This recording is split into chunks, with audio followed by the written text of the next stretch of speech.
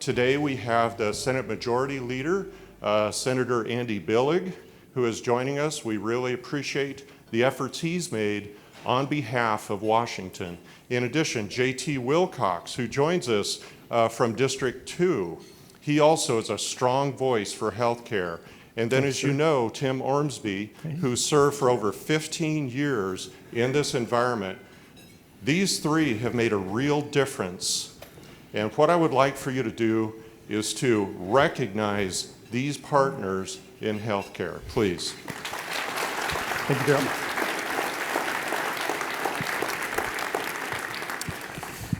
Well, thank you guys. Thank you, Daryl, for kicking us off and setting the stage. I want to just sort of preface by saying we take bipartisanship seriously, and we did try to, we invited a number of Senate Republicans, many of whom rather wanted to be here, and we apologize for not making it. They take this audience seriously and promise me that they will be here next year. And we also take seriously gender and diversity, and the fact that we're all white dudes is not fabulous, but it's what you got to deal with. So I thought I'd just start there. Senator Billig, let me begin with you, sir. I do want to kind of reflect on the legislative session, but let me sort of start at an even higher, maybe 100,000 foot level. What is it like to be an elected citizen legislator today in America in 2019, where sometimes I feel like the wheels are about to fall off, and sometimes I feel like we got a lot of really good stuff happening in Washington State to be proud of, and the bipolarity of my experience as one voter is sometimes tough. Yeah, it's. I've been in the legislature for 9 years, and actually JT and I came in together we went through orientation together in the House. And there has been a shift in that time, and it feels a little more, there's a little bit more of an edge, but one of the things that I appreciate so much about the Washington State Legislature and Washington State as a whole is it always seems better here. And we get along better, and certainly we'll butt heads, and we have our policy disagreements, but we've really, I think, shown in Washington State how to get along, to dive into the details of policy. And when you watch the floor of the legislature and you see two legislators getting together, huddling over an amendment, and trying to work out a detail, trying to get agreement, that may happen in Washington, D.C. I certainly don't see it. And so I think that it is a little bit different environment in Washington, a lot different environment in Washington, D.C., but a little bit easier and more friendly, a little bit more collaborative here. Yeah. Representative Ormsby, they used to say, and I'm sure they still do, but maybe less so, at least today. In fact, I think it was Richard DeBolt, who, a member of the House Republican caucus, who would tell me, don't believe everything you've heard. The enemy is not the Democratic Party. The enemy is the Senate. How is it now that you don't have a partisan division between the House and the Senate, and so the conflicts and the tensions are maybe sometimes a little more personal because it's all within the same party? Well, and I would be happy to give Representative DeBolt credit for that, but I heard that in 1972 from former Speaker Tom Foley, who talked about the cultural differences between the chambers, which will always be there. Yeah. And that, so that's a given. The cultural differences, there are half as many Senate members as there are House members. The House is much more caffeinated, and like an ant farm, there's just a flurry of activity. The Senate has the advantage of members being able to touch things along the process in a lot with more regularity. And just culturally, there's always going to be those differences. And I've remarked with Andy about, Andy, who I know and love as a dear friend, and people would say, well, it must be so nice to have, Andy in his position in the Senate when it comes to the budget. And I just remind people, Andy has a job, and his job is for his caucus and his chamber as well as mine. And so people think that would make it easier. Our job is by nature to disagree with each other if our chambers don't have the same opinion. Yeah. And so he's a very trustworthy guy, and I would trust him with my life, but at the same time, when we're trying to reconcile the opinions that we're there to represent, that becomes our responsibility. Yeah. Senate, I love the Senate members, unconditionally. Representative Wilcox, how would you sort of speak to your specific caucus leadership and some of the, all of those divisions stay behind closed doors to the greatest extent possible, but leading a caucus is never easy. Senator Billig could speak to that as well, but how do you sort of navigate that challenge? And by reference, Richard DeBolt, I mentioned, called you the other night a mix of Roy Rogers and Ronald Reagan. That's a unique mix. Is that what it takes to lead the House Republican caucus? Well, we've had 3 leaders in the time that I've been there, and I think every one of them has been different. But we also have the unique advantage of having Richard's longevity, where he is a former caucus leader and has stayed back, and a lot of times his advice is really valuable. But I got into politics in part because I'd spent my whole life in family business, and we sold off the largest part of our business, and I was in my mid-40s, and I was really tired of family business. So I got into politics, and nobody told me that it's exactly like family business at the caucus level. In that way, I mean that you've got this group of people, all of them have exactly the same right to be there as you do. They were all elected. They have the same right to speak. They have the same microphone as you do. You can't fire any of them. And your job is to figure out, how can we be productive together? How can we resolve the differences that we have? And I think you do that by respecting people and trying to make sure that those who, have a little more trouble speaking up, get help to go ahead and have their opinions heard. And even when it seems like their concerns might not be as high a level as others, give them the respect that they deserve. And then there's, in opposition, there's a certain amount of unification that happens because we're all in the same position of not really being able to influence events as much as we would like to. Yeah. It's that Richard DeBolt was the minority leader, or the leader of the House Republicans for so long, and that he stuck around after he left that position, probably has some lessons for the House Democratic Caucus, Representative Wilcox. What lessons do you think the Richard DeBolt experience might offer the emerging Frank Chopp experience as the now former speaker moves to the backbench? Well, I think that Lori Jenkins and I should have one major concern in common: never let Richard and Frank get together, because there is no end to the mischief that I'm sure those two can pull off. But Richard, I think, did a really good job of remembering that he's not in charge and finding a really impactful role, and then being kind of the senior statesman, not only for people in our caucus, but for people in the House Democratic Caucus as well. And it's amazing how many friends he has out there among the members. And you don't do that as much in leadership. You're much more isolated. Richard decided he had a new mission in life. He really likes his leadership role in capital budget. And he found something that was very important for him. And I have zero doubts that Frank is going to do the same thing. So Representative Ormsby, many people in this room are familiar with Representative Jenkins, the speaker-to-be. They experience or have experience with her in a range of fronts, including professional, that have nothing to do with the legislative session. But nobody has been, or few people in this room, or few, like Representative Riccelli, but few people have been in a caucus room with her.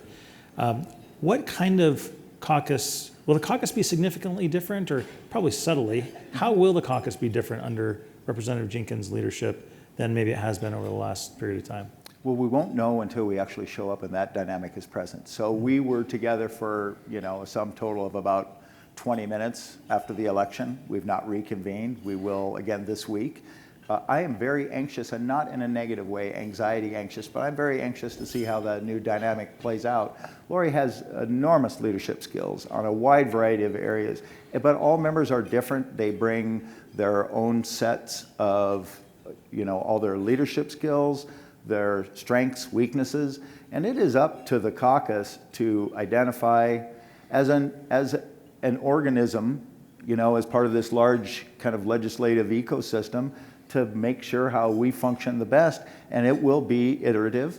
So there will be changes. I have no doubt of that. I cannot wait to find out what they are and begin to address them. Yeah. Senator Billig, how, this is a different legislature now and a different Senate Democratic caucus for a host of reasons compared to a generation ago. One of the reasons is that it's much more colorful, much more diverse by gender, maybe better reflects the overall tapestry of the people of the state of Washington. How has that changed the kind of issues that the Senate Democratic Caucus is taking up? So our caucus is really good right now. Just that diversity brought so many new viewpoints to our discussion, and not just to the discussion in the caucus room, although that certainly was a result, but also the bills that were being dropped, the issues that are raised, the conferences that people go to, the life experiences that were brought into that into the legislature were vastly improved because we're hearing all of these different voices. It was like a case study of why diversity is good in our organization. And I think that's really healthy. I'm really proud to be a part of that and to help set the vision and the values. And I think in healthcare in particular, we have like this amazing team. And it feels, and Senator Dingera, Senator Proctor here, Senator Cleveland as the chair of the committee, and I feel like that in every issue area. Like we have this team. And it's a team of people working together but bringing different perspectives. And it's also one of the reasons I love the citizen legislature, is so JT talked about his experience as running a family business. And my other job is a part owner and was the former general manager and president of a minor league baseball team. I said, being a legislator, it's like a lot like running a baseball team. And I said that to a bunch of people, and one time I was at an event and I heard Timm say, being a legislator, it's just like finishing concrete. And his other job is a concrete finisher. And I think we bring all of those perspectives, whether it's our jobs or our cultural backgrounds, and that makes it a richer place and a better place, and I think we make better policies because of it. Yeah. Do you sense, Senator, I think some folks, I think that the healthcare sector, not speaking for them, just my own observations, is sort of caught between a political imperative where people, particularly on the left, are really excited about driving reform. I think people on the left are tired of the repeal and replace stuff that amounted to just anxiety over the last decade. And they're ready, they're chomping at the bit to do something bigger, faster, meatier, quicker, et cetera. There's that. And at the same time, there's this sort of exhaustion within the healthcare sector because they feel like they've been working really hard to make significant changes really fast as it is. And it feels a little stressful to be in between those places. How would you characterize sort of the political landscape? Is that a fair caricature of the political landscape on the left, maybe beyond your caucus, maybe looking out as a political leader onto the Democratic Party's nominating process or other dynamics in Washington state? Is that a fair characterization? Because it does seem like, whether it's public option or other things, that things are starting to move even at the local level. Yeah, I mean, I think we're in a state of flux in healthcare. There's other industries, other issue areas where it's stable, and then you look at it and say, well, let's make a little step here or make a little step there. And healthcare is not stable. It doesn't work yet. It's not, we don't have universal, affordable access to healthcare yet. And that, everybody deserves to be able to get access to health care if they have a health problem, or better yet, before they have a health problem. Yeah. And because of that, it is a state of flux, and I think we're going to keep seeing that. I think I really appreciate Senator Frock's work on on the public option and Senator Dinger's work on behavioral health. Those were two areas in particular that we needed to make progress on, but we're going to be in flux in healthcare for a while longer. And I don't think whether that's on the Republican side or the Democratic side, I think for all of us, because as a system, we're not there yet. And I think one of my priorities is for us to look further upstream.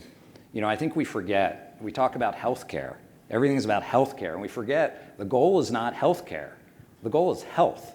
And to the extent that we can achieve health before we need healthcare, it's a lot better quality of life, it's less expensive. And so I want us to think more broadly on health, to think about the social determinants, think about the built environment, and transportation has such a big impact on health. And that is so much more economical and so much smarter, but also harder. Yeah. And so I think with all of that, we're going to be in flux for a little while longer. You know, Representative Wilcox, Senator Billig's talking about, let me try to rephrase or restate what you just said, and you correct me, Senator, something to the effect of universal high quality access or access to high quality health care. What would you say, Representative Wilcox, what is the goal? Like, what is the vision, the orienting vision from the House Republican caucus when it comes to health care? Where's the North Star that orients the policy decisions you all grapple with? Well, I think first, just to set the context, we represent the more rural areas, the smaller towns, the smaller cities, and I think it's true that healthcare in certain ways has gotten better, especially in larger urban areas, but we often represent the places where it's gotten worse, where availability has disappeared in many cases, especially when it comes to any kind of specialty care or even access to hospitals. And so for us, I think we tend to be less excited about the changes because the changes to date have not really been good for the people that we represent. But I would go back to answer that question to the fact that we've had very stable leadership in our caucus in Joe Schmick, who has been our lead since before I came to the legislature, and I've been there for 9 years now. And Joe really concentrates on quality of outcomes, affordability, and availability. And he tries to place everything inside that context. And if you can get all of those, it's great. If you can get two of them, it's good. If you get one at the expense of the others, then we've got a problem. And I think the other thing that I would say in setting context as well is coming from the private sector, I was CFO, and we were self-insured. And there was an immense amount of creativity in the private sector 10 years ago. You remember Safeway at one point was working on some of the things that we heard about earlier today, especially around how your lifestyle affects your health. And the chaos that we've seen, maybe that's too pejorative a term, but the rapid pace of change, in some ways I think sacrificed the innovation that was happening in the private sector 10 years ago. And so that is something that I'd like to see us pursue in the future too. The people that are paying the bills, whether it's individuals who buy their own insurance or companies that cover their staff, they, I think, have a lot of creativity to add, and they've been lost to some extent. So Representative Ormsby, on this point of innovation, I asked on a stage very similar to this one over in Seattle, Representative Cody some years ago, whether the healthcare sector could be trusted to innovate quickly enough on its own, or whether there needed to be a law, whether the regulatory or the legislative authority of the state was required, in her view, to force the sector to move at all, or at least quickly enough. She said, absolutely, yes, they will not move on their own. How would you answer that question? Change is difficult. So if you figured out how to pay your bills and your business model works, I wouldn't want to change it. Our job is not that job. Our job is to make that system apply to the benefit of the people we're there to represent. So it does take some provoking. And I think it all just evolves around human behavior. and what can you expect this pressure will result in what outcome. And I do think that is the legislature's job in so many areas, to break through the kind of lack of inertia, lack of movement on an area, because change is difficult. And if a model, even if folks can see potentially a real benefit to innovation, to change, it's scary because they will have to encounter things they haven't had to encounter before. And I like the fact that things get shaken up. I think we should all be shaken up.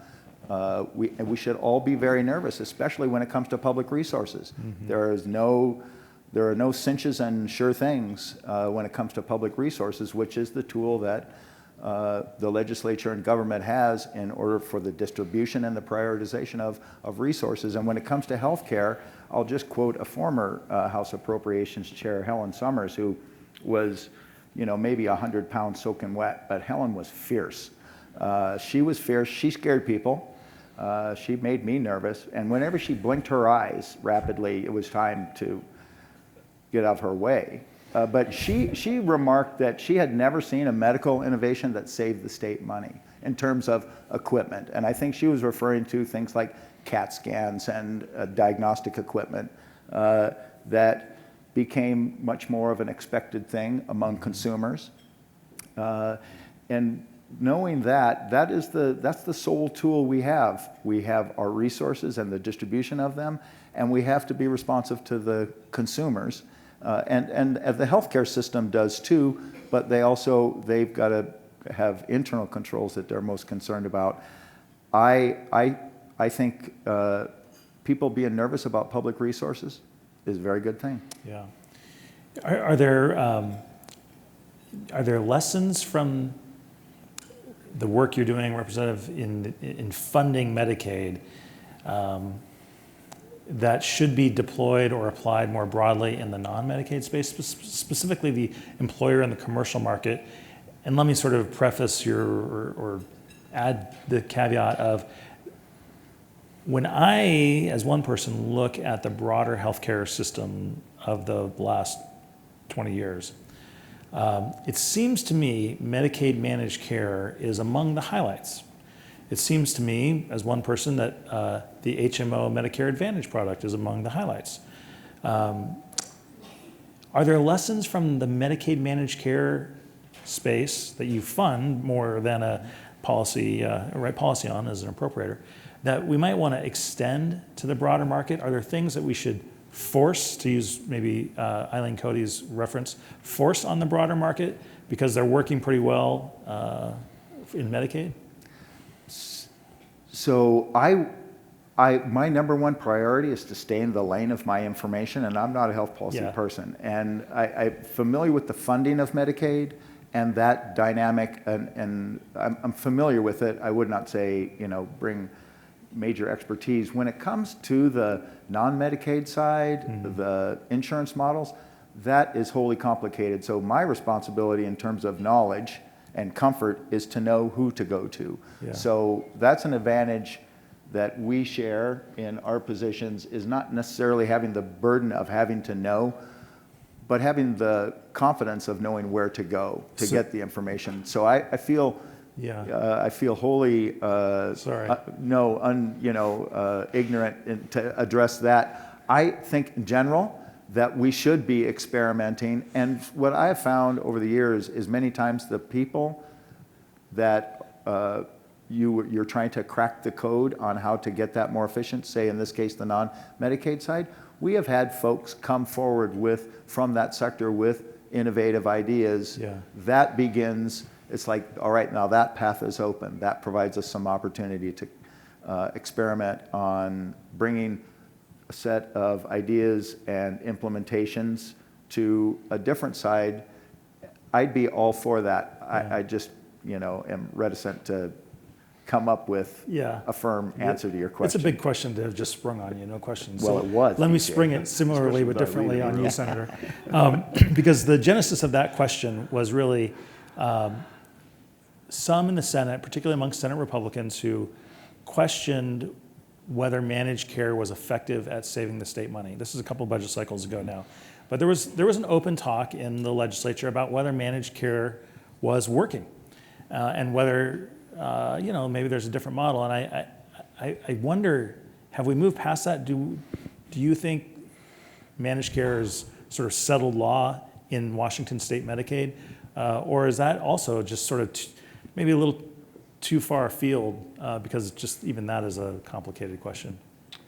In terms of whether the Republicans are still, the Senate Republicans are not at ease with it, I won't speak for them.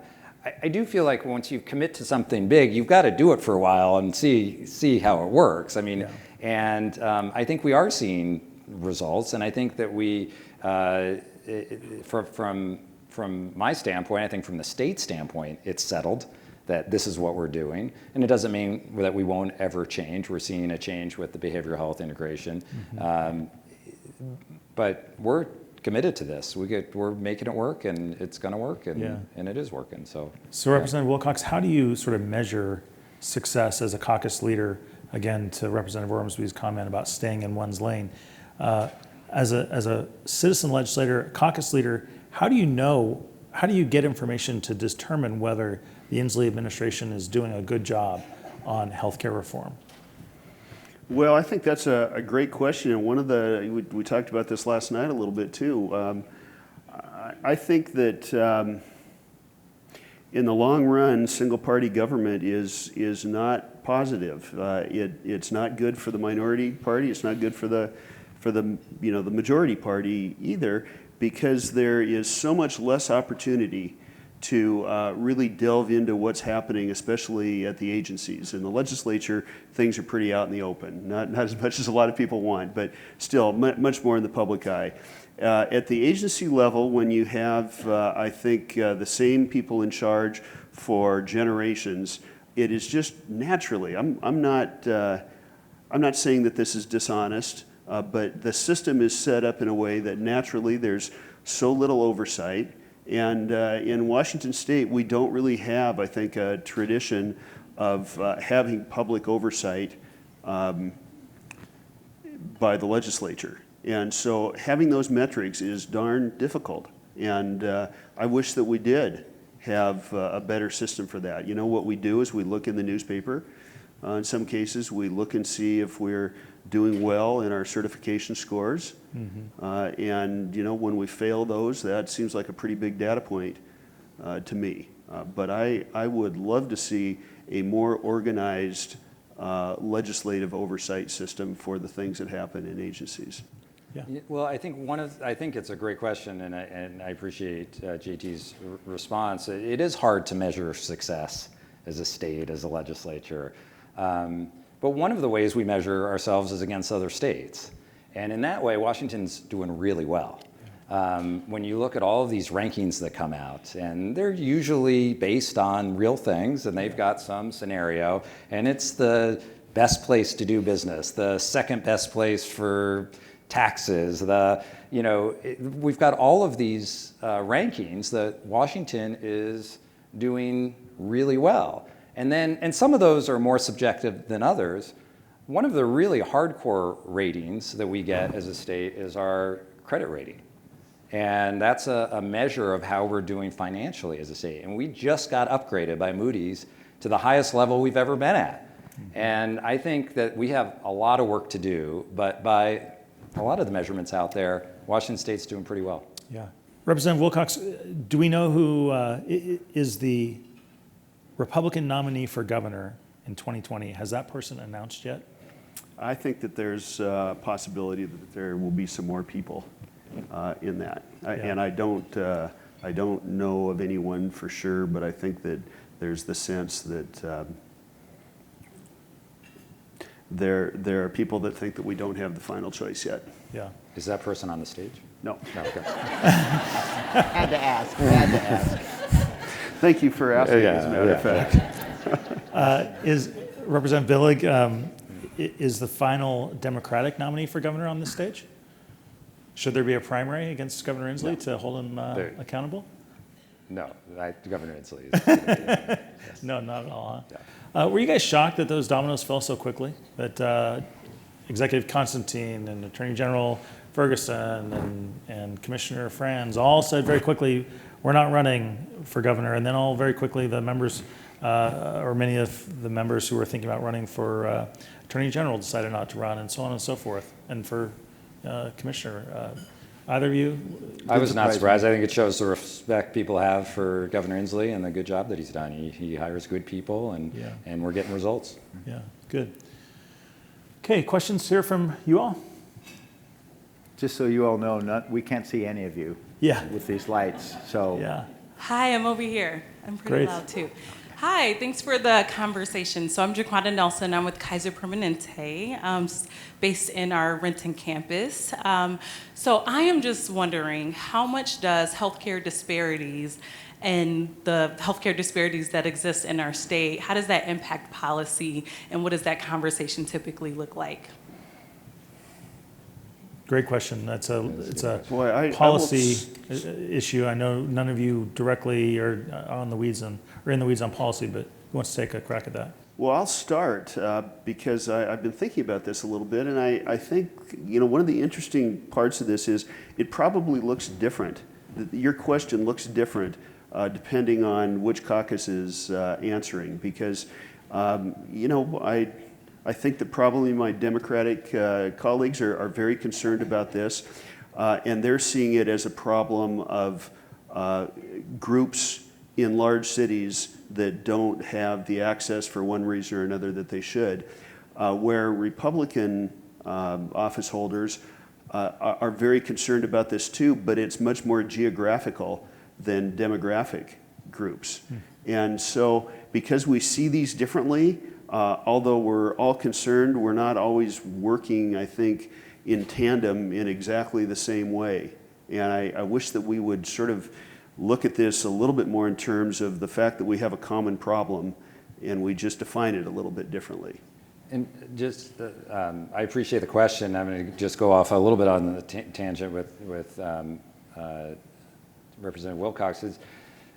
I think we are together on some stuff. So just yesterday we had this announcement about the University of Washington Gonzaga medical school building that's being built in partnership with McKinstry. We just funded in the last session 20 additional students for the WCU medical school here. The focus for all of those students is rural education, and workforce development in healthcare is a tremendous issue. It's an issue that's needed to be addressed to address disparities, but it's just an issue that needs to be addressed. And I think it's something that we're working together as a state, Democrats and Republicans, the Democrats in charge of the legislature, as you said, really making this a priority and recognizing that there's a need in the rural communities to do better. I think it would be super good if we started with a foundational agreement on the disparities, and I think we can look to our county health offices for the work that that was an eye-opener for me when 3 or 4 years ago our local health jurisdiction presented on health disparities and the demographic analysis, income, eligibility, just all of the whole host of things that impact folks' ability to be healthy. And I was not aware of that. It confirmed some of my instincts, but if we can agree on the baseline facts, we can deal with disparities in communities because they're going to be different. In urban communities are going to have different challenges than the other. Urban communities with rural communities with each other. Those things really have to end up being the people in the communities where you live and addressing the disparities in health outcomes and access that occur where you live. And it doesn't necessarily lend itself to overarching policy fixes. And that's why we're each there scrapping on behalf of our own communities for each one of these. Yeah. Other questions? That did, Representative Ormsby, my recollection was that if you move from the South Hill to the Hilliard community, it's a 20-year difference in life It is. span over about a 5-mile spread. 20 years over 5 miles. So every mile you go, you lose four years in life expectancy. Powerful stuff. You know, that there's a lot of talk in the healthcare sector about social determinants and the social impacts on one's health. If you think healthcare is hard to figure out, the social determinants are even more difficult because we can't figure out quite how to get them into a successful P&L model that is sustainable over time. Who do you all, when you get complicated kind of topics like this that you maybe have a personal interest in, but just is not in your day job in the legislature, so to speak, what are the organizations you all look to, or the staff that you look to, or the members that you look to provide guidance on some of these more complicated challenges? I would not get away without consulting my family. So my wife has some pretty strong opinions about healthcare. Yeah. So my daughter's a public health major. So in concentric circles, I would just need permission to be able to, Shannon that runs our office has both federal and a wealth of federal and state experience. So I start with where I live, and make sure that, you know, my next moves are with the consent of the people I'm going to have to answer to for a lot longer than I have this job. You know, It's a very good answer. he's a smart guy. Yeah. I would say, you know, we work on probably 10,000 different issues in the legislature, and we know like 3 of them. And I know early learning and campaign finance, and then randomly aviation biofuels. And like, if it's outside of those 3, like those 3, I can talk with any expert and be in the weeds. And outside of that, I do need help. Yeah. And there's a lot of people in this room, statewide and from Spokane, that I rely on. The members who are experts, and we all bring our backgrounds and our experts. And then and lobbyists too. And lobbyists sometimes get a bad rap, but sort of nationally, but I find them to be really important because they're definitely experts in their area, and you've got to, you know, understand the lens through which they're giving you information. But it's important to get information there as well. And then we do rely on you know, so the agencies and then the local agencies like the health districts as well. But, you know, for any big issue, it's really incumbent on us not just to listen to who's coming to talk to us, because we certainly get a lot just kind of coming in, but to reach out as well. And I think we all have sort of our little kitchen cabinets on any specific issue. Yeah. Yeah, and I would say, you know, in caucus leadership, it's really important that you respect the expertise that's been developed inside your caucus by your policy leads. So that is usually, you know, where you go first. And then you try to bridge the differences that you have. But to me, one of the things I enjoy about politics is that there is nothing more profoundly human, I think, than politics. And I believe that most of us, when it's in an arena that you don't trust your own judgment, you really go to the people that you have been able to trust in the past. And if you have someone close to you that's outside of politics, a lot of times that feels absolutely the best. But inside, after, you know, a number of years, you have people that have never steered you wrong and are willing to answer the question that I like the best, which is, what is the other side going to tell me about this? And when people will answer that one honestly, you know that you have someone that you can trust. And anyone that touches the political system should always remember, you know, your credibility is, you can only lose it once. And I don't think there's anything more important. It's not a bad lesson for life either. Senator Billig, I wonder if you'd tell us how you were recruited to run for the legislature. Well, I think for anybody that runs for the legislature, it's such a big endeavor that while there may be a little bit of a recruitment process, it's very much, you've got to want to do it. Sometimes people will say, gosh, I feel for you for, you know, going through this or that. And I always say, well, you know, I not only volunteered, but I worked really hard to get there, so don't feel bad. But I do have an interesting recruitment story. I was over with our chamber. The GSI does a trip over every year, and this is before I had ever run for the legislature. I went on that trip a few times. And I was talking with a former representative at the time, David Burrai, and I was asking him all kinds of questions. You know, when you live over here in Olympia, how do you do that? Do you live with other people? How often do you get home? And he goes, have you thought about running, are you thinking about running for office? And I said, yeah, I've kind of thought about it.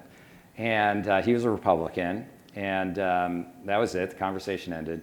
And about a month later, I got a phone call from Doug Erickson. And so people that know Doug Erickson, conservative Republican, he was a House member at the time, and he was in charge of recruitment. And he said, "Can I take you to breakfast?" I said, "Sure."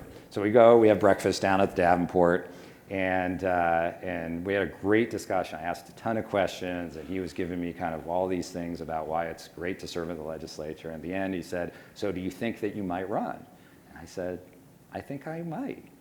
I said, "I got to tell you, I'm not going to run as a Republican, but I really appreciate all the information." We really created a relationship that still, he doesn't get along with some of the members of our caucus, or some of our members of our caucus don't get along with him. I've always had a great relationship with him, which really pays dividend.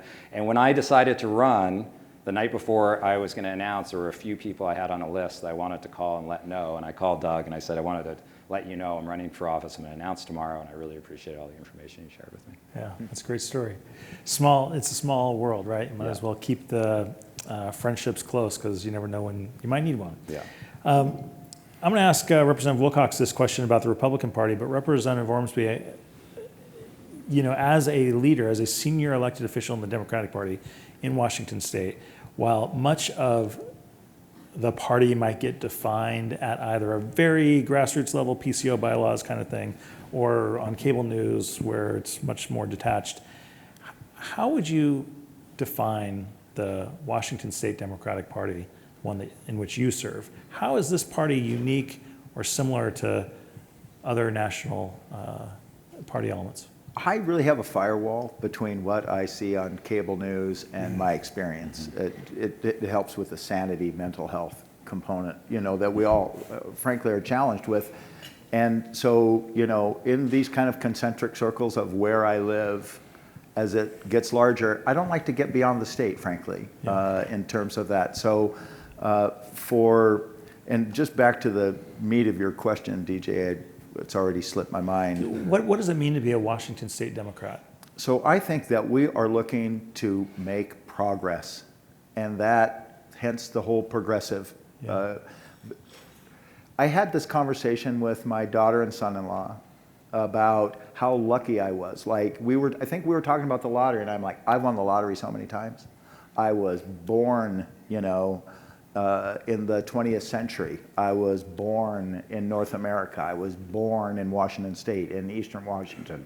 I had a strong family network and support system. So I went on like 15 or 20 different advantages that I had about how lucky I was and how many times I had already won the lottery. And I think I did it for so long that he was like, "We should be just happy with what we have." And he was like, but shouldn't we always want to make it better? And it struck me that is what our job is. That is my definition of who we are as Democrats. No matter how much progress we've made, let's put a line down that's the least that we're going to do. But shouldn't we try and make it better? Yeah. Representative Wilcox, there's a lot of buzz around what it means to be a Republican in the last few years. What does it mean to be a Washington State Republican in your mind? Well, I would say that there's something that we have in common, and that is that we would all like to help achieve a state where people can accomplish the most for themselves and their family. And it's funny, it seems like there are different people that associate that now, with that now than there used to be. And you're seeing a big change regionally. I think groups that used to be kind of the old style, what I would call an FDR Democrat, identifying more with Republicans now. And then you see us obviously having big problems in urban areas. And I think a lot of it has to do with the role of the state. And Washington isn't unique, but probably it is a little more exaggerated here than it is in other places where you have this immense prosperity that's fairly concentrated, and that's driving a lot of the identification that you have. But again, we want people to be able to achieve whatever they possibly can and have the sense of achievement that comes from doing as much of that as possible by themselves. And I would also go back to something that Timm said. I haven't watched cable news for many years because I think it's really hard to do this job if you're paying too much attention to that. And my background is a little bit in branded products as well. And I kind of see the parties are sort of like, they're not really a brand. They're sort of like a trade association. And a trade association is there to do the things that are hard for individuals. And what I really like to see when we go out and look at people that might want to run is, be somebody that's really embedded in your community, be a part of community, because I think the first lesson I learned in the legislature, and Timm was there at the same time this was happening, my first vote was the huge reduction in the budget as a result of the Great Recession. It was the year of Occupy Olympia. So in Appropriations, where I was the only freshman, you had these long, very angry and contentious hearings. And the lesson just got driven home to me that you have only the government to help you if you have somehow detached yourself from your family, your community, or your church. And you don't have to have those things, but you have so much more of an opportunity to succeed when you have those. And so going back to my original mission that we're here to help people achieve things, I think that we do that partly by rebuilding the institutions that have kind of crumbled during our generation. And I think the one that's the most important there that we can affect as legislators is find a way to have meaningful communities again. Well, I hold each of you in very high esteem. I appreciate the work that you all do, not just leading your caucuses, but fighting tough fights and doing it with civility and sometimes humor. And you're just doing a good job in each of your lanes. So thank you. Let's give them all a round of applause. I appreciate you all.